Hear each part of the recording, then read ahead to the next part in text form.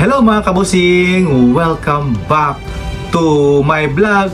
So for today's video nga mga kabusing, ang pag-uusapan natin ngayon ay ang Man of the World 2025 and they're presenting official swimwear mga kabusing. So narito yung mga kanilang swimwear mga kabusing, yung nagpasiklaban sila sa kanilang katawan, pose mga kabusing, at syempre yung kanilang paaurahan nga mga kabusing. So narito yung mga official candidates ng Man of the World 2025.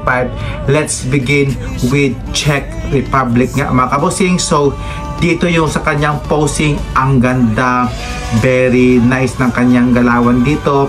Kung maikli lang sana yung kanyang buhok, sobrang gwapo niya mga kabusing. Yung kanyang katawan, swak na swak nga mga kabusing. Yan. Next naman si Nigeria sa kanyang very brownish na katawan mga kabusing. Ang ganda din ng kanyang katawan, yung kanyang face okay na okay sa akin at pasok na pasok na mga kabusing. Yan.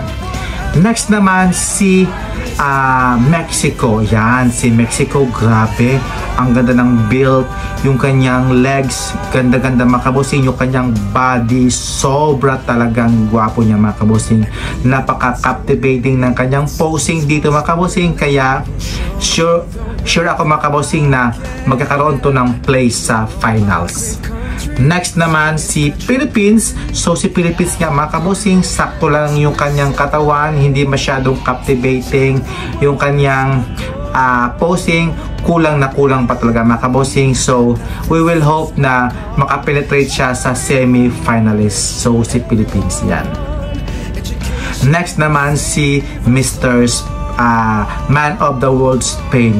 Si Spain, gwapo niya, ang ganda ng kanyang registered ng kanyang mukha, yung kanyang hair, yung nagpa-blonde siya, sobra talagang gwapo. Yung kanyang legs mga kabusing, sobrang ganda ng kanyang body posture, yung katawan niya, yung build, sobra talagang swak na swak. Next naman si Malaysia. Yan, si Malaysia mga kabosing, sobrang gwapo, ganda ng katawan, yung nipples niya may pagka pinkish, yung build ng kanyang katawan sobra talagang ganda, at ang gwapo ng kanyang mukha, very demure, very Asian look, at syempre yung buhok niya talaga yung nagdala, very natural talaga yung kanyang face mga kabosing, walang halong eme-eme. Yan, eme-eme talaga. Next naman si Mr. Brazil. Yan.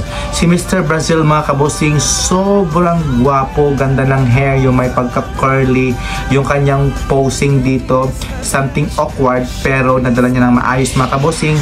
Sobrang ganda ng katawan niya, hindi masyadong malaki, hindi masyadong kaliitan, very natural talaga yung kanyang katawan. Yan. I'm sure makapasok to sa or else makakuha to ng placement sa Man of the World. At syempre naman si China. Si China naman, yung naghubad na siya mga kabosing, yung nakita ko na yung kanyang buong katawan. So ang dami pala niyang tattoo mga kabosing sa katawan, sa dibdib. So very Asian look siya, pero ang hindi ko lang nagustuhan sa kanya yung kanyang tattoo sa kamay, very dirty sa akin. So overall, ganda ng katawan niya, yung face is very Asian look talaga, may pagka singkit talaga siya, kaya nga siya yung Chinese mga kabosing. So sobra talagang gwapo rin nito. Next naman si Mr. France. Ayan, si Mr. France nga mga kabosing, grabe yung kanyang katawan, bagay na bagay sa kanyang face. Yung kanyang tattoo sa gilid, mas okay sa kanya kasi mas bagay na bagay naman sa kanya. Kaya lang, so baka talagang dami ng kanyang tattoo, pero overall yung kanyang katawan, yung kanyang posing dito, yung kanyang statistic, very very nice mga kabosing. So I'm sure makaka top 10 to or magka placement. Next naman si Costa Rica. Yan mga kabosing, si Costa Rica, sobrang ganda ng katawan niya, very pleasing personality, ganda ng build ng katawan, ang laki ng katawan niya, yung may pagka-fierce look niya, sobrang bumagay, ganda ng kanyang legs din, sobrang laki, yung kanyang body napaka simple lang, but nandun talaga yung may pagkaangas ng katawan niya. Next naman si Ecuador. Yan, si Ecuador, ang ganda din ng kanyang hugis ng katawan. Very natural lang talaga mga kabosing. May pagka old lang kanyang mukha, pero yung kanyang katawan ang ganda mga kabosing. Bagay na bagay sana yung katawan niya, pero yung face niya okay lang naman, pero may something old lang talaga yung face niya. Yan. Next naman si Italy. Ayan, si Italy mga kabosing. Okay yung kanyang, sobrang laki ng kanyang katawan, no, paabot sa may legs niya, lumiit na, pero bagay na bagay sa kanya yung kanyang katawan, yung kanyang face, very model talaga yung kanyang face, yung katawan, grabe yung dibdib niya, ang laki. Ayan, so face valid dito si Italy. I'm sure na makapasok to sa semi-finalist. Ayan, let's move on to India. Ayan, si India nga mga kabosing, hindi pala siya masyadong kagandahan ng katawan nyo. Parang moreno look siya, very Indian type talaga si Miss Man of the World India. So okay naman yung kanyang katawan, sakto lang yung kanyang face, yung kanyang katawan need pang magpapa six pack pa ganyan, or abs ganun. Next naman si Myanmar. Yan, very long hair si Myanmar mga kabosing. Okay sa akin yung katawan niya, yung face hindi ko lang masyadong nagustuhan, yung kanyang buhok saktong-sakto lang din mga kabosing. Very natural lang talaga sa Myanmar na people yung ganitong itsura, pero sa akin very Asian looks talaga yung katawan niya. Swak na swak sa akin, bagay na bagay din, maganda din. Next naman si Man of the World Guinea.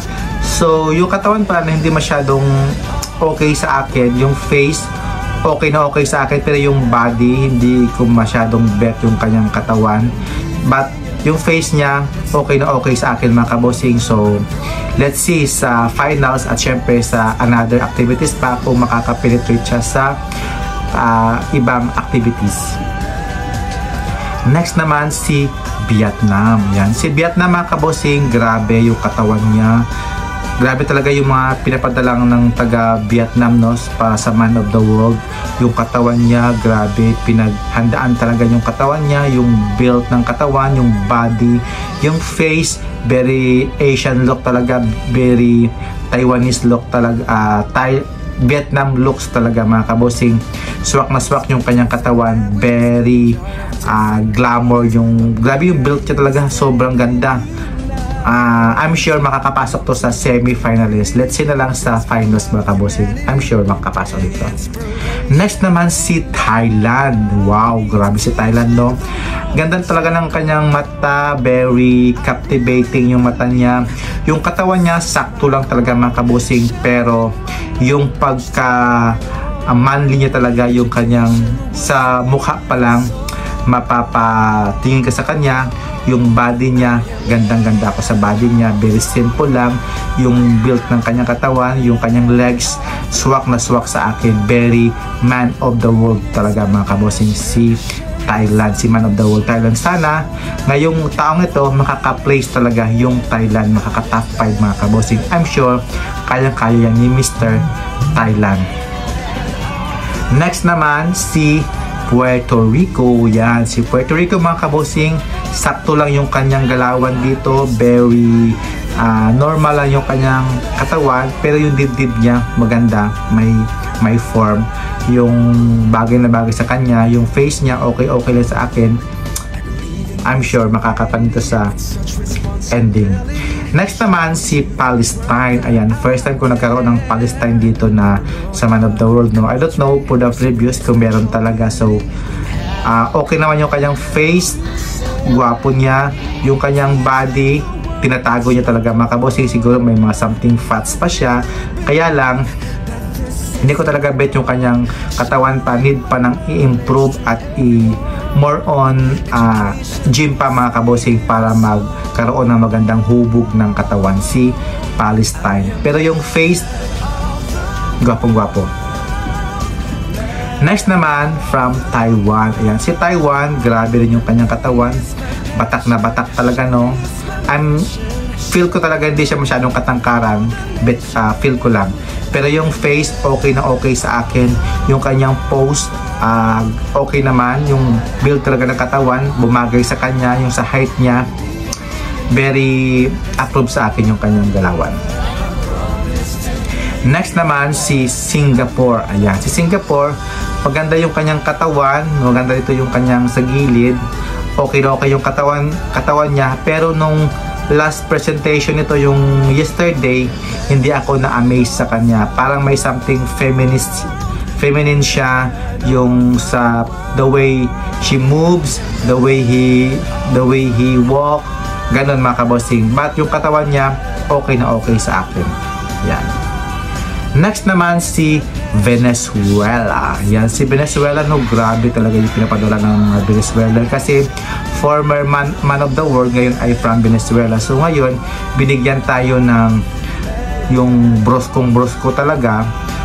May something old yung mukha niya, pero total naman, pasok naman to sa banga. So siguro, depende na lang yan sa performance na binibigay ni Man of the World Venezuela. Pero para sa akin, okay yung katawan niya, yung build, yung face, yung yung posing niya, saktong-sakto lang mga kabosing. Next naman, si Nepal. Ayan. Si Nepal, okay lang naman sa akin yung kanyang katawan, pero hindi masyadong totally na mapapawaw ka talaga sa katawan niya. Yung sa face, okay naman, sakto lang din. More on cut lang sa hair niya para bumagay talaga sa kanya. At gusto ko pang ipakita yung mga cleanliness ng kanyang face para makita talaga yung kanyang kagwapuhan talaga mga kabosing. Yan.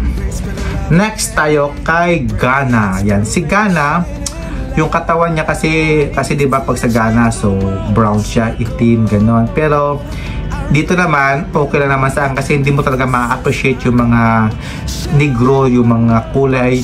Pero okay lang naman yung sa akin. Pero pasok naman yung kanyang katawan.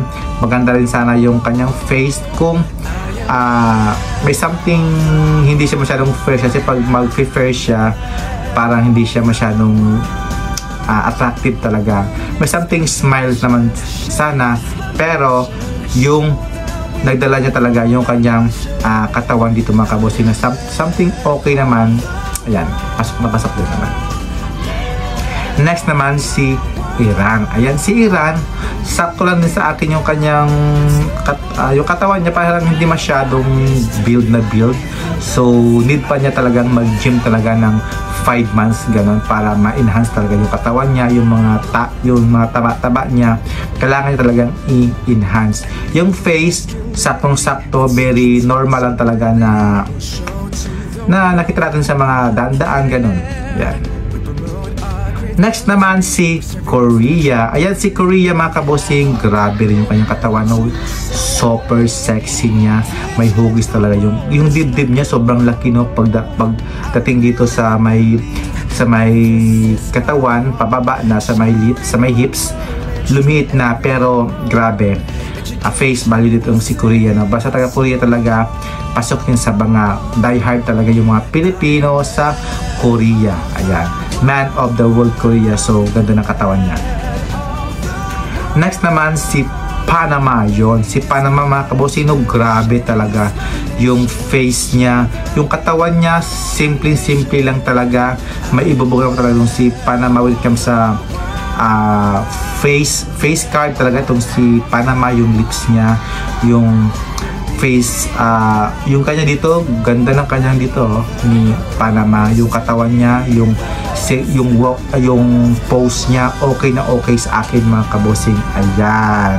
So ayan mga kabosing, nakita nyo na ang mga 26 candidates nga mga kabosing, o 27 candidates sa Man of the World 2025 mga kabosing sa kanilang swimwear photoshoot. So sino-sino nga ba ang nag-stand out dito mga kabosing? So comments down below mga kabosing. At syempre dito, for my own opinion mga kabosing, yung mga nag-stand out talaga dito is yung si Czech Republic, ganda ng katawan niya. Si Mexico, ang ganda din. Si Spain, sobrang demure. Si Malaysia, yan nag-stand out sa akin. Si Brazil, mga kabosing, nag-stand out din siya sa akin. Si China, nag-stand out din siya sa akin. Si France, yan, nag-stand out din sa akin si France. At saka sino pa ba? Nag-stand out din sa akin si Thailand, mga kabosing. Si Thailand talaga yung one of the best ko talaga. At saka sino pa ba? Dito. Last is ayan, nag-stand out din sa akin si Korea. Ayan, si Korea, mga kabosing. At syempre yung si Panama. Ayan, yan yung mga nag-stand out sa akin. So kung papipiliin talaga ako dito sa lahat-lahat ito, so napili ko si Thailand, bet na bet ko din si Thailand. Si Spain, ayan, si Spain. Si Mexico, mga kabosing. At si Singapore ba yun? Sino ba yun? Si Malaysia ba yun? Wait lang. Ano ba yung isa? Si Brazil tsaka si Malaysia. Ayan, si Brazil tsaka si Malaysia, mga kabosing. Sila talaga yung nag-stand out when it comes sa face value, sa katawan, sa posing nila, mga kabosing. Sobra talagang napaka-captivating din naman talaga itong pinili ko, yung mga 6 na pinili ko, mga kabosing. So sa inyo, mga kabosing, sino-sino talaga yung mga nag-stand out sa inyo? Please comments down below, mga kabosing. At syempre, please support my YouTube channel, Arman Montoya Vlog, and see you in my next vlog. So kapong kap, syukran po, mga kabosing, and bye-bye, mga kabosing. Shen Chao. Have a nice day po. Please subscribe. Arman Montoya Vlog, and see you in my next vlog. Bye-bye. A great country, preserving its natural beauty. We have a commitment to say